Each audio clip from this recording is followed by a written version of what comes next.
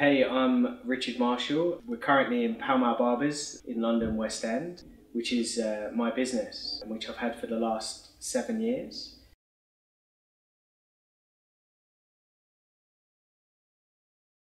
It wasn't really till I went to middle school, as we call it in the UK, where it really started. I started to feel very different because we started to get sets, in different calibers of how good we are at certain things. I was all in the bottom sets, and I struggled with reading, and writing and maths and just every aspect, and I found it very hard to learn academical studies through a textbook. So I started to mask it with behaving bad, and then I sort of started to hang around with people which were doing the same, bad behaviour, and it just escalated. In an English class was terrifying because I'd be stuttering and I couldn't put the words together, and the fear was overwhelming, and it was terrifying every time that I had to go through that, and I'd turn white and I'd shake to the point of coming out with no GCSEs, no qualification whatsoever. There was a teacher, and I remember his face. I can visualize his face. He said something to me which was about I would go nowhere, that I wouldn't be successful, and that really hurt me. I spoke to an English teacher who was a client of mine, many years later. He turned around to me and goes, "Rich, you've got to understand that school failed you because they didn't pick up on my abilities, they just emphasised my weaknesses."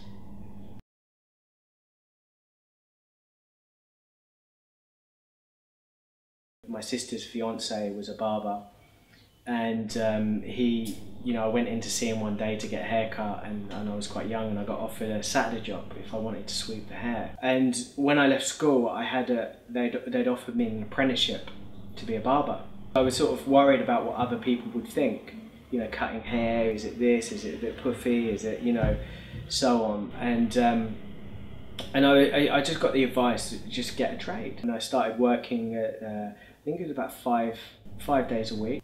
And I started to go to college, and I went from the bottom sets of the class to competing in competitions. Within a short period of time, I'd won, the first place in the college competition. Followed that by a Student of the Year. Then I went on to the South of England Championships and got first place. And I couldn't believe that, because when you've got no self-esteem, you've been destroyed of everything all your beliefs and just everything. It's been, you're not good enough. That's how I felt. And then all of a sudden I went to this thing where I was doing something and I was so focused and it was practical and I could do it and I become good at it, and then you start getting recognition for it.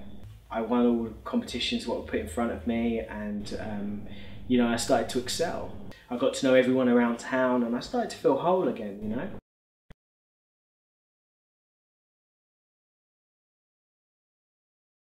I retired last August. I'm 36 years of age. That feels very good. I don't need to work anymore. I've achieved my goal of running my own business, but I have a desire, and that desire that's just the beginning. I'm currently working on developing our own product line, which is going to be a shaving range. Now I'm in the mindset that I can achieve what I want to achieve. Now opportunities are coming to me which are incredible. Today we had Channel 4 on the phone, wanting to record a new programme. Monday we had the BBC, not just BBC, but BBC One. This is branding and the future of the business and recognition.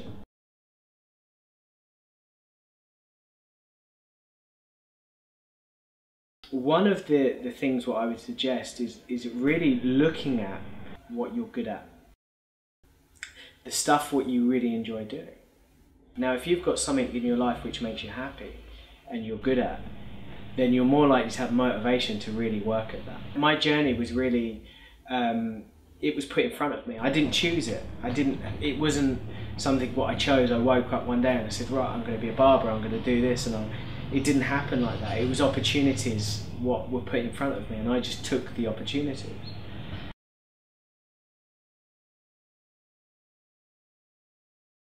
I'm very visual, and I'm looking at stuff and I'm looking at how it could look in 10 years, and that's where my mind goes, and then I can work back to where we are today. The skills what I have, you can't learn from a textbook. They're visual, they're listening, they're interaction. You know, where you lack in areas, you gain in other areas, and that's been my experience.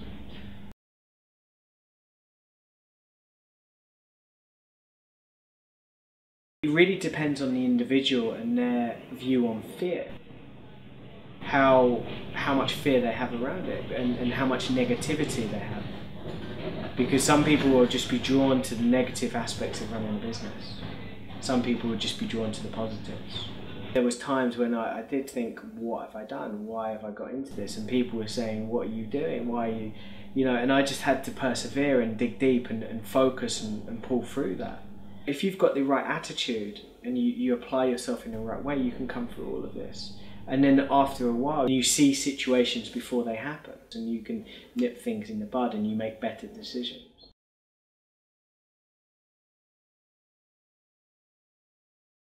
Everything is in this business up to today has been made in little decisions. It was a vision, a dream, and then it was reality of tiny little decisions. And you know, being able to delegate and build teams and build relationships with people is fundamental.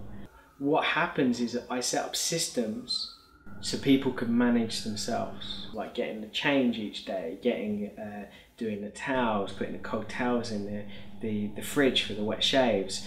There's other ways of systemizing. I use freelancers a lot. I can push design work out to, SEO work out to, marketing, branding, photography, you know, videos, and I have people who I can call in to come in and fulfill my jobs. I'm a strong believer that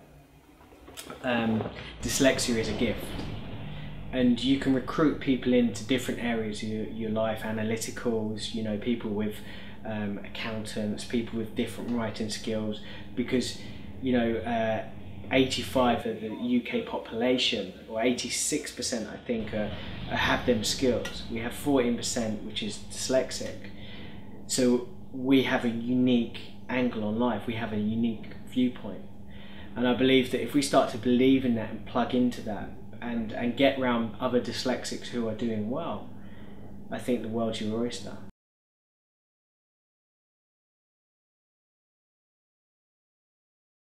You know, when I was a kid and I was at school and I was struggling with reading and writing and being made to read out loud and being petrified, and you know, them feelings were all over me, I would have probably said yes, because I didn't feel normal. 36 years of age, looking back, looking where I am today, I would never get rid of it. I think it's a gift.